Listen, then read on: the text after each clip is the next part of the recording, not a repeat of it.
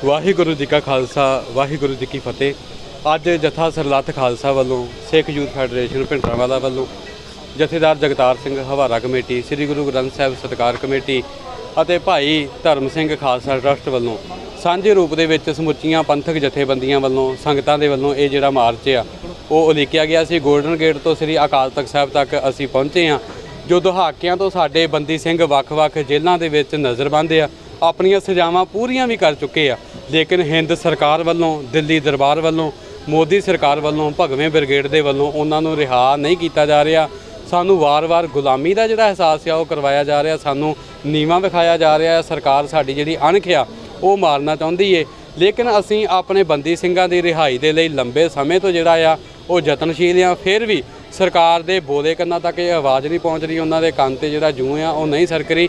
लेकिन जिहड़ा चंडीगढ़ दे विच कौमी इंसाफ मोर्चा लगा आ, असीं उस मोर्चे नूं होर मजबूत करांगे, संघर्ष नूं जिहड़ा होर तेज़ आ वो करांगे। सरकार दे पैरां दे थल्ले अग जिहड़ी ਉਹ ਅਸੀਂ ਭਖਾ देंगे।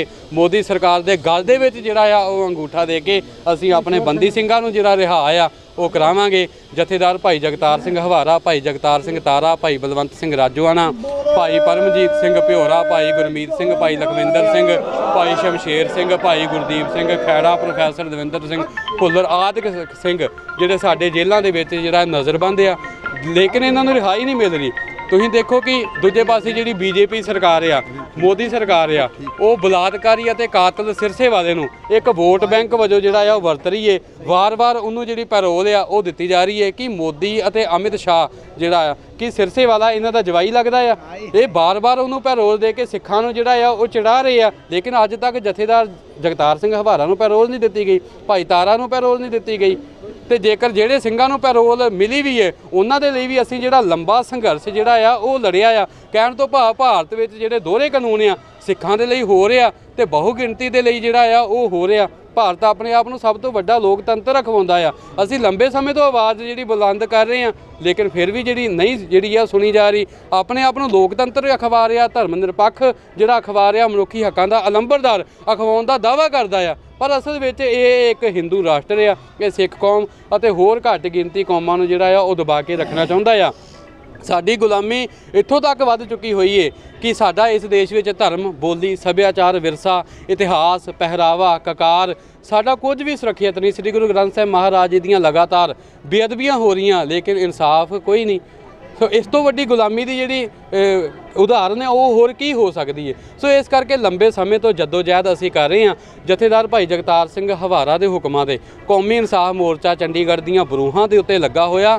ਸਮੁੱਚਾ ਪੰਥ ਉਸ ਮੋਰਚੇ ਨੂੰ ਜਿਹੜਾ ਹਮਾਇਤ ਆ ਉਹ ਕਰ ਰਿਹਾ ਆ। ਭਾਵੇਂ ਕਿ ਮੋਦੀ ਸਰਕਾਰ ਉਸ ਮੋਰਚੇ ਨੂੰ ਤਾਰ ਪੀਟੋ ਕਰਨ ਦੇ ਲਈ, ਖਤਮ ਕਰਨ ਦੇ, ਸੰਗਤਾਂ ਦੇ ਵਿੱਚ ਦਹਿਸ਼ਤ ਫੈਲਾਉਣ ਦੇ ਕਈ ਜਿਹੜੇ ਯਤਨ ਆ ਉਹ ਕਰ ਰਹੀਆਂ, ਲੇਕਿਨ ਅਸੀਂ ਪਿੱਛੇ ਨਹੀਂ ਹਟਾਂਗੇ, ਨਾ ਹੀ ਜਿਹੜਾ ਆ ਉਹ ਝੁਕਾਂਗੇ। ਸੋ ਅਵਸ਼ ਸਾਡੇ ਜਿਹੜੇ ਬੰਦੀ ਸਿੰਘ ਆ ਉਹ ਰਿਹਾ ਹੋਣਗੇ। ਪਹਿਲਾਂ ਵੀ ਸਿੱਖ ਕੌਮ ਨੇ ਸੰਘਰਸ਼ ਕਰਕੇ ਭਾਈ ਲਾਲ ਸਿੰਘ ਅਕਾਲਗੜ੍ਹ ਨੂੰ, ਭਾਈ ਹਰਨੇਕ ਸਿੰਘ ਭੱਪ ਨੂੰ ਜਿਹੜਾ ਰਿਹਾ ਆ ਉਹ ਕਰਵਾਇਆ ਆ। ਭਾਈ ਦਇਆ ਸਿੰਘ ਲਾਹੌਰੀਆਂ ਨੂੰ ਰਿਹਾ ਕਰਾਇਆ। ਜਿਹੜੇ ਹੁਣ ਸਾਡੇ 9 ਬਾਕੀ ਬੰਦੀ ਸਿੰਘ ਆ ਉਹਨਾਂ ਦੀ ਵੀ ਰਿਹਾਈਆਂ ਦੇ ਲਈ ਅਸੀਂ ਆਵਾਜ਼ ਬੁਲੰਦ ਕਰਦੇ ਰਹਾਂਗੇ।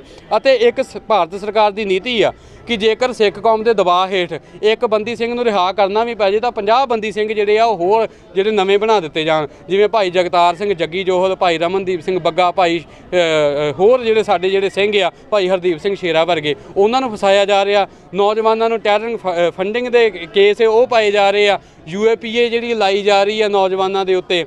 ਇਸੇ ਤਰ੍ਹਾਂ ਹੇਟ ਸਪੀਚ ਦੇ ਨਾਂ ਦੇ ਉੱਤੇ ਪਰਚੇ ਕੀਤੇ ਜਾ ਰਹੇ ਆ। ਗਨ ਕਲਚਰ ਨੂੰ ਪ੍ਰਮੋਟ ਕਰਨ ਦੇ ਨਾਂ ਦੇ ਉੱਤੇ ਜਿਹੜੇ ਪਰਚੇ ਆ ਉਹ ਸਾਡੇ ਉੱਤੇ ਕੀਤੇ ਜਾ ਰਹੇ। ਸਿੱਖਾਂ ਦੀ ਘੇਰਾਬੰਦੀ ਆ ਉਹ ਕੀਤੀ ਜਾ ਰਹੀ ਆ। ਹੁਣ ਅਮਿਤ ਸ਼ਾਹ ਕਹਿ ਰਿਹਾ ਕਿ ਅਸੀਂ ਖਾਲਿਸਤਾਨ ਨੂੰ ਜਿਹੜਾ ਉਹ ਵਧਣ ਨਹੀਂ ਦੇਵਾਂਗੇ।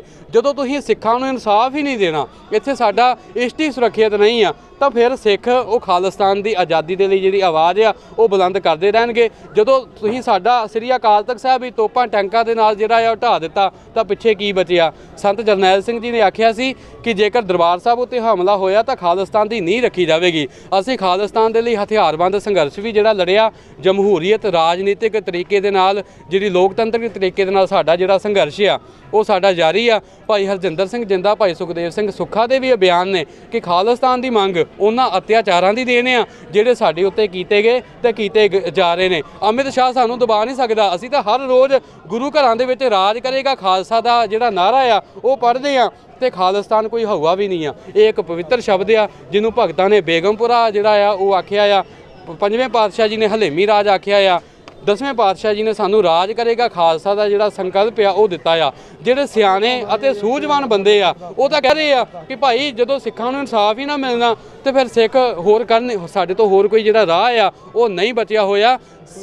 ਹਿੰਦ ਸਰਕਾਰ ਨੇ ਸਾਨੂੰ ਖੁਦ ਇਹ ਖਾਲਿਸਤਾਨ ਦੇ ਰਾਹ ਵਾਲੇ ਪਾਸੇ ਜਿਹੜਾ ਆ ਉਹ ਤੋਰਿਆ ਆ ਤੇ ਸਾਡਾ ਧਰਮ ਬੋਲੀ ਸੱਭਿਆਚਾਰ ਖਾਲਿਸਤਾਨ ਦੇ ਵਿੱਚ ਹੀ ਜਿਹੜਾ ਸੁਰੱਖਿਅਤ ਆ ਉਹ ਰਹਿਣਾ। ਅਸੀਂ ਆਪਣੀ ਕੌਮ ਦੀ ਆਜ਼ਾਦੀ ਦੀ ਆਵਾਜ਼ ਵੀ ਬੁਲੰਦ ਕਰਦੇ ਰਹਿਣਾ। ਜੇਕਰ ਖਾਲਿਸਤਾਨ ਬਣਿਆ ਹੁੰਦਾ ਨਾ ਇੱਥੇ ਬੇਅਦਬੀਆਂ ਹੋਣਾ ਸੀ ਤੇ ਨਾ ਹੀ ਬੰਦੀ ਸਿੰਘਾਂ ਨੂੰ ਜਿਹੜਾ ਆ ਉਹ ਕੋਈ ਗੁਲਾਮ ਬਣਾ ਕੇ ਰੱਖ ਸਕਦਾ ਸੀ। ਇਹ ਬੰਦੀ ਸਿੰਘ ਕੋਈ ਅੱਤਵਾਦੀ ਥੋੜੀ ਆ, ਅੱਤਵਾਦੀ ਤਾਂ ਭਾਰਤ ਸਰਕਾਰ ਆ ਜਿਨ੍ਹਾਂ ਨੇ ਸਾਡਾ ਅਕਾਲ ਤਖਤ ਸਾਹਿਬ ਢਾਇਆ, ਪਵਿੱਤਰ ਸਰੋਵਰ ਨੂੰ ਸਿੱਖਾਂ ਦੇ ਖੂਨ ਦੇ ਨਾਲ ਲਾਲ ਕੀਤਾ, ਦੁੱਧ ਪੀਂਦੇ ਬੱਚੇ ਵੀ ਨਹੀਂ ਬਖਸ਼ੇ, ਜਿਨ੍ਹਾਂ ਨੇ ਬੰਦੀ ਸਿੰਘਾਂ ਨੂੰ ਵੀ ਜਿਹੜਾ ਆ ਜੇਲ੍ਹਾਂ ਦੇ ਵਿੱਚ ਤਾੜ ਕੇ ਰੱਖਿਆ ਆ। ਇਹ ਭਾਰਤ ਸਰਕਾਰ ਜਿਹੜੀ ਅੱਤਵਾਦੀ ਆ ਤੇ ਅਸੀਂ ਜਿਹੜਾ ਆ ਉਹ ਅੱਤ ਦਾ ਜਿਹੜਾ ਆ ਉਹ ਅੰਤ ਕਰਨ ਵਾਲੇ ਆ, ਨਾਸ਼ ਕਰਨ ਵਾਲੇ ਆ। ਇਹ ਬੰਦੀ ਸਿੰਘ ਸਾਡੀ ਕੌਮ ਦੇ ਜੁਝਾਰੂ ਯੋਧੇ ਆ, ਇਹ ਸਾਡੇ ਜਿਹੜੇ ਮਹਾਨਾਇਕ ਆ।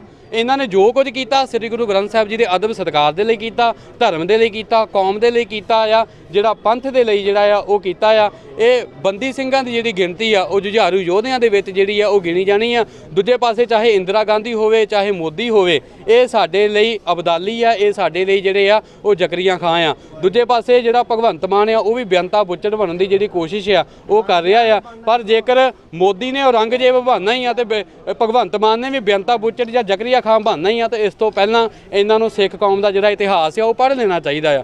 ਤੁਸੀਂ ਗੁਲਾਮੀ ਦੀਆਂ ਜਿੰਨੀਆਂ ਉਦਾਹਰਨਾਂ ਕਹੋ ਅਸੀਂ ਦੇ ਸਕਦੇ ਹਾਂ। ਤੁਸੀਂ ਦੇਖੋ ਜਿਹੜੀ ਉਹ ਹਿੰਦੂ ਅੱਤਵਾਦਨ ਸੀ ਸਾਧਵੀ ਪ੍ਰਗਿਆ ਅਤੇ ਕਰਨਲ ਪ੍ਰੋਹਿਤ, ਅਜੇ ਰਾਹੀ ਕਰ, ਰਮੇਸ਼ ਉਪਧਿਆਏ, ਬਾਬੂ ਬਜਰੰਗੀ, ਉਹਨਾਂ ਦੇ ਕੇਸ ਨਰਮ ਕੀਤੇ ਗਏ, ਫਿਰ ਰਿਹਾਈਆਂ ਦਿੱਤੀਆਂ ਗਈਆਂ। ਉਹਨਾਂ ਦੇ ਵਿੱਚੋਂ ਕਈ ਜਿਹੜੇ ਉਹ MP ਜਿਹੜੇ ਆ ਉਹ ਬਣ ਚੁੱਕੇ ਹੋਏ ਆ। ਬਿਲਕੁਲ ਸਬਾਨੋ ਦੇ ਜਿਹੜੇ ਬਲਾਤਕਾਰੀ ਆ ਉਹਨਾਂ ਨੂੰ ਜਿਹੜਾ ਆ ਉਹ ਰਿਹਾਈਆਂ ਮਿਲ ਗਈਆਂ। ਕਿਉਂਕਿ ਉਹ ਹਿੰਦੂ ਸਨ।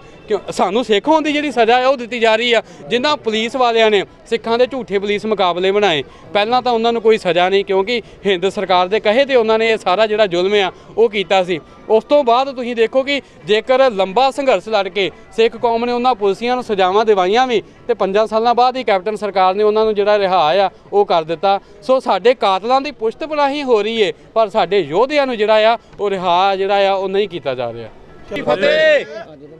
ਪਿਛਲੇ ਦਿਨਾਂ ਦੇ ਵਿੱਚ ਅਮਿਤ ਸ਼ਾਹ ਨੇ ਇੱਕ ਬਿਆਨ ਦਿੱਤਾ ਸੀਗਾ ਕਿ ਖਾਲਿਸਤਾਨੀਆਂ ਨੂੰ ਉੱਠਣ ਨਹੀਂ ਦਿੱਤਾ ਜਾਵੇਗਾ। ਭਾਵ ਕਹਿਣ ਦਾ ਅਸੀਂ ਤਾਂ ਇੱਕ ਛੋਟੀ ਜੀ ਗੱਲ ਕਰਨਾ ਚਾਹੁੰਦੇ ਹਾਂ ਕਿ ਇਹ ਅਮਿਤ ਸ਼ਾਹ ਕੋਲੋਂ ਪੁੱਛ ਕੇ ਗੁਰੂ ਗੋਬਿੰਦ ਸਿੰਘ ਮਹਾਰਾਜ ਨੇ ਸਾਨੂੰ ਖਾਲਸਾ ਰਾਜ ਜਿਹੜਾ ਦੇਣਾ ਹੈ ਨਾ, ਉਹ ਅਮਿਤ ਸ਼ਾਹ ਕੋਲ ਪੁੱਛ ਕੇ ਨਹੀਂ ਦੇਣਾ। ਬੋਲੇ ਸਤਿ ਸ੍ਰੀ ਅਕਾਲ। ਖਾਲਸਾ ਰਾਜ ਦੀ ਸਥਾਪਨਾ ਜ਼ਰੂਰ ਹੋਣੀ ਹੈ, ਅਵਸ਼ ਹੋਣੀ ਹੈ। ਇਸ ਵੇਲੇ ਅਸੀਂ ਸ਼੍ਰੀ ਅਕਾਲ ਤਖਤ ਸਾਹਿਬ ਮੇਰੀ ਪੀਰੀ ਦੇ ਮਾਲਕ ਦੇ ਸਨਮੁਖ ਖਲੋ ਕੇ ਪੂਰਨ ਭਰੋਸੇ ਦੇ ਨਾਲ ਇਹ ਗੱਲ ਸਿੱਖ ਆਵਾਮ ਨੂੰ ਵੀ ਕਹਿ ਰਹੇ ਹਾਂ ਤੇ ਅਮਿਤ ਸ਼ਾਹ ਤੱਕ ਹੀ ਆਵਾਜ਼ ਪਹੁੰਚਾ ਰਹੇ ਹਾਂ ਕਿ ਸ਼੍ਰੀ ਅਕਾਲ ਤਖਤ ਸਾਹਿਬ ਦਿੱਲੀ ਦੇ ਤਖਤ ਨਾਲੋਂ ਉੱਚਾ ਹੈ ਔਰ ਇੱਥੋਂ ਸਿੱਖ ਰਾਜ ਦੀ ਗੱਲ ਕੀਤੀ ਜਾਂਦੀ ਹੈ। ਇਸ ਕਰਕੇ ਅਮਿਤ ਸ਼ਾਹ ਨੂੰ ਇਹ ਸਾਰਾ ਸਿੱਖ ਇਤਿਹਾਸ ਪੜ੍ਹ ਲੈਣਾ ਚਾਹੀਦਾ ਹੈ ਕਿ ਖਾਲਸਾ ਰਾਜ ਦੀ ਸਥਾਪਨਾ ਹੋਣੀ ਹੈ ਤੇ ਜਿਸ ਵੇਲੇ ਖਾਲਸਾ ਰਾਜ ਦੀ ਛਤਰੀ ਬਣਨੀ ਹੈ, ਉਸ ਛਤਰੀ ਦੇ ਹੇਠ ਮੋਦੀ, ਅਮਿਤ ਸ਼ਾਹ, ਇਹ ਭਗਵੰਤ ਮਾਨ ਸਾਰੇ ਜਣੇ ਇਹ ਉਸ ਛਤਰੀ ਦੇ ਹੇਠ ਆਣਗੇ। ਤੇ ਚੇਤੇ ਰੱਖਿਓ, ਖਾਲਸਾ ਰਾਜ ਜਿਸ ਵੇਲੇ ਸਥਾਪਿਤ ਹੋਏਗਾ ਤਾਂ ਨਾ ਤਾਂ ਕਿਸੇ ਮੰਦਿਰ ਨੂੰ ਕੋਈ ਖਤਰਾ ਹੈ, ਨਾ ਕਿਸੇ ਮਸਜਿਦ ਨੂੰ ਖਤਰਾ ਹੈ, ਨਾ ਕਿਸੇ ਗਿਰਜਾ ਘਰ ਨੂੰ ਖਤਰਾ ਹੈ, ਨਾ ਕਿਸੇ ਹਿੰਦੂ ਨੂੰ ਖਤਰਾ, ਨਾ ਕਿਸੇ ਮੁਸਲਮਾਨ ਨੂੰ ਖਤਰਾ। ਸੋ ਸਾਡੇ ਮਾਲਕ ਨੇ, ਸਾਡੇ ਗੁਰੂ ਸਾਹਿਬਾਨ ਨੇ ਸਾਨੂੰ ਇਹੋ ਜਿਹੇ DNA ਬਖਸ਼ਿਆ, ਸਾਨੂੰ ਇਹੋ ਜਿਹਾ ਸਿਧਾਂਤ ਬਖਸ਼ਿਆ। ਮੈਂ ਕਹਿੰਦਾ ਹਾਂ ਕਿ ਇਹ ਜਿਹੜੇ ਬੰਦੀ ਸਿੰਘਾਂ ਦੀ ਰਿਹਾਈ ਦੀ ਗੱਲ ਅਸੀਂ ਕਰ ਰਹੇ ਹਾਂ, ਇਹਨਾਂ ਨੂੰ ਭਾਰਤ ਦੀ ਹੁਕਮਰਾਨ ਜਿਹੜੇ ਨੇ ਇਹਨਾਂ ਨੂੰ ਤਖਤ ਦਿੱਲੀ ਦੇ ਤਖਤ ਤੇ ਬਿਠਾਤਾ ਜਾਵੇ। ਮੈਂ ਸਮਝਦਾ ਹਾਂ ਕਿ ਬਿਲਕੁਲ ਹਿੰਦੁਸਤਾਨ ਦੇ ਵਿੱਚ ਇੱਕ ਬਰਾਬਰਤਾ ਦਾ ਰਾਜ ਹੋਏਗਾ। ਜੇਕਰ ਭਾਰਤ ਦੀ ਸਰਕਾਰ ਅਕਲਮੰਦ ਹੈ ਤਾਂ ਜਿਹੜਾ ਅਰਬਾਂ ਰੁਪਈਏ ਦਾ ਰੱਖਿਆ ਦੇ ਉੱਤੇ ਬਜਟ ਖਰਚ ਹੁੰਦਾ, ਅਰਬਾਂ ਰੁਪਈਏ ਦਾ, ਇਹਨਾਂ ਨੂੰ ਬਹੁਤਾ ਖਤਰਾ ਹੈਗਾ ਹੈ ਕਿ ਚੀਨ ਤੋਂ ਖਤਰਾ ਹੈ, ਇਹਨਾਂ ਨੂੰ ਪਾਕਿਸਤਾਨ ਦੇ ਬਾਰਡਰ ਤੋਂ ਖਤਰਾ ਹੈ। ਮੈਂ ਕਹਿਣਾ ਚਾਹੁੰਦਾ ਹਾਂ ਤੁਹਾਡੇ ਇਸ ਮਾਧਿਅਮ ਦੇ ਰਾਹੀਂ ਭਾਰਤ ਸਰਕਾਰ ਨੂੰ ਕਿ ਭਈ ਚੀਨ ਅਤੇ ਪਾਕਿਸਤਾਨ ਦੇ ਨਾਲ ਲੱਗਦੀ ਜਿੰਨੀ ਸਰਹੱਦ ਹੈ ਉਹ ਖਾਲਸਾ ਰਾਜ ਨੂੰ ਦੇ ਦਿਓ। ਅਸੀਂ ਆਪਣੇ ਆਪ ਹੀ ਇਹ ਬਾਰਡਰ ਜਿਹੜਾ ਸੰਭਾਲ ਲਵਾਂਗੇ ਤੇ ਸਰਕਾਰ ਦਾ ਅਰਬਾਂ ਰੁਪਈਏ ਜਿਹੜਾ ਬਜਟ ਹੈ ਉਹ ਬਚ ਜਾਏਗਾ ਤੇ ਸਾਰਾ ਜਿੰਨਾ ਖੇਤਰ ਹੈ ਉਹ ਖਾਲਿਸਤਾਨ ਡਿਕਲੇਅਰ ਕਰ ਦਿਓ। ਇਹਦੇ ਨਾਲ ਕੀ ਹੋਏਗਾ, ਬਾਕੀ ਦਾ ਹਿੰਦੁਸਤਾਨ ਬਚ ਜਾਏਗਾ। ਸੋ ਕਹਿਣ ਤੋਂ ਮੇਰੀ ਭਾਵ ਹੈ ਕਿ ਖਾਲਿਸਤਾਨ ਸਿੱਖ ਰਾਜ ਦੀ ਸਥਾਪਨਾ ਅਵਸ਼ ਹੋਣੀ ਹੈ। ਇਹ ਅਮਿਤ ਜਾ ਤੇ ਮੋਦੀ ਸਾਨੂੰ ਇਹ ਡਰਾਵੇ ਦੇ ਕਰਕੇ ਇਹ ਨਾ ਸਮਝਾਣ ਕਿ ਬਈ ਖਾਲਿਸਤਾਨੀਆਂ ਨੂੰ ਉੱਠਣ ਨਹੀਂ ਦਿੱਤਾ ਜਾਵੇਗਾ। ਮੈਂ ਇੱਕ ਗੱਲ ਸਪਸ਼ਟ ਕਰ ਦਿਆਂ ਕਿ ਜਿਸ ਵੇਲੇ ਭਾਰਤ ਦੇ ਬਾਰਡਰਾਂ ਦੇ ਉੱਤੇ ਚੀਨ ਦਬਕਾ ਮਾਰਦਾ ਹੈ ਤੇ ਇਹ ਫੌਜ ਦੀਆਂ ਗੱਡੀਆਂ ਲੈ ਕਰਕੇ ਉਹਨਾਂ ਦੇ ਉੱਤੇ ਨਿਸ਼ਾਨ ਸਾਹਿਬ ਕਿਹੜਾ ਲਗਾਉਂਦੇ ਨੇ, ਜਿਹੜਾ ਕਿ ਮੀਰੀ ਪੀਰੀ ਦੇ ਮਾਲਕ ਨੇ ਸਾਨੂੰ ਬਖਸ਼ਿਆ। ਭਾਰਤ ਦੀਆਂ ਜਿੰਨੀਆਂ ਕੈਂਟੋਨਮੈਂਟ ਨੇ, ਜਿੰਨੀਆਂ ਛਾਵਣੀਆਂ ਨੇ ਫੌਜ ਦੀਆਂ, ਉਹਨਾਂ ਦੇ ਮੁੱਖ ਦੁਆਰ ਤੇ ਲਿਖਿਆ ਹੁੰਦਾ ਹੈ ਨਿਸ਼ਚੈ ਕਰ ਆਪਣੀ ਜੀਤ ਕਰੋ। ਇਹ ਕਲਗੀਧਰ ਪਾਤਸ਼ਾਹ ਦੇ ਮੁੱਖ ਵਾਕ ਨੇ। ਸੋ ਕਲਗੀਧਰ ਪਾਤਸ਼ਾਹ ਦੀ ਬਾਣੀ ਲੈ ਕਰਕੇ, ਉਹਨਾਂ ਦੇ ਵਾਕ ਲੈ ਕਰਕੇ, ਖਾਲਸਾਈ ਝੰਡੇ ਨਿਸ਼ਾਨ ਸਾਹਿਬ ਦਾ ਇਸਤੇਮਾਲ ਕਰਕੇ ਇਹ ਆਪਣੀਆਂ ਭਾਰਤ ਦੀਆਂ ਫੌਜਾਂ ਦੇ ਵਿੱਚ ਜਿਹੜਾ ਮਨੋਬਲ ਉੱਚਾ ਕਰਦੇ ਨੇ। ਇਹਨਾਂ ਨੂੰ ਇਹ ਸਭ ਕੁਝ ਪ੍ਰਵਾਨ ਹੈ। ਜਿਸ ਵੇਲੇ ਸਿੱਖ ਖਾਲਸੇ ਨੂੰ ਇਹਨਾਂ ਨੇ ਬਾਰਡਰ ਤੇ ਯੂਜ਼ ਕਰਨਾ ਹੈ ਉਸ ਵੇਲੇ ਖਾਲਸਾ ਇਹਨਾਂ ਨੂੰ ਚੰਗਾ ਲੱਗਦਾ ਹੈ, ਲੇਕਿਨ ਜਿਸ ਵੇਲੇ ਖਾਲਸਾ ਆਪਣੇ ਹੱਕਾਂ ਦੀ ਗੱਲ ਕਰਦਾ ਹੈ ਤਾਂ ਉਹਨੂੰ ਕਹਿ ਦਿੱਤਾ ਜਾਂਦਾ ਕਿ ਅੱਤਵਾਦੀ ਹੈ।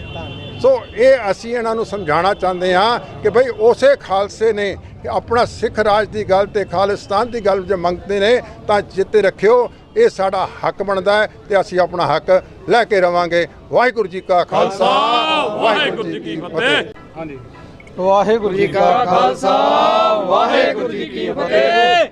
ਜਿਸ ਤਰ੍ਹਾਂ ਸਾਧ ਸੰਗਤ ਜੀ ਜਾਣਦੇ ਹੋ ਕਿ ਆਪਾਂ 16 ਤਰੀਕ ਦਾ ਇੱਕ ਮਾਰਚ ਰੱਖਿਆ ਸੀ, ਰੋਸ ਮਾਰਚ, ਤੇ ਜਿਹੜਾ ਆਪਾਂ ਅਰਦਾਸ ਅਕਾਲ ਤਖਤ ਸਾਹਿਬ ਆਣ ਕੇ ਕਰਨੀ ਸੀ ਬੰਦੀ ਸਿੰਘਾਂ ਦੀ ਰਿਹਾਈ ਵਾਸਤੇ, ਉਹ ਸਿੱਖ ਸੰਗਤਾਂ ਦਾ ਤੇ ਸਿੱਖ ਜਥੇਬੰਦੀਆਂ ਦਾ ਤਹਿ ਦਿਲੋਂ ਧੰਨਵਾਦ ਕਰਦੇ ਹਾਂ ਕਿ ਜਿਹੜੀ ਆਵਾਜ਼ ਜਥਾ ਸਰਲਤ ਖਾਲਸਾ ਨੇ ਦਿੱਤੀ, ਉਹ ਆਵਾਜ਼ ਤੇ ਸਾਰੇ ਹੀ ਵੀਰ ਜਿਹੜੇ ਇਕੱਠੇ ਹੋ ਗਏ, ਇਕੱਤਰ ਹੋ ਗਏ, ਸਾਰੇ ਹੀ ਨਾਲ ਰਲ ਕੇ ਜਿਹੜਾ ਵਾ ਇਹ ਬੜਾ ਸੋਹਣਾ ਤਕੜਾ ਮੈਸੇਜ ਜਿਹੜਾ ਸਾਰੇ ਵਰਲਡ ਦੇ ਵਿੱਚ ਪਹੁੰਚਾਇਆ ਸਾਡੀ ਕੌਮ ਦਾ।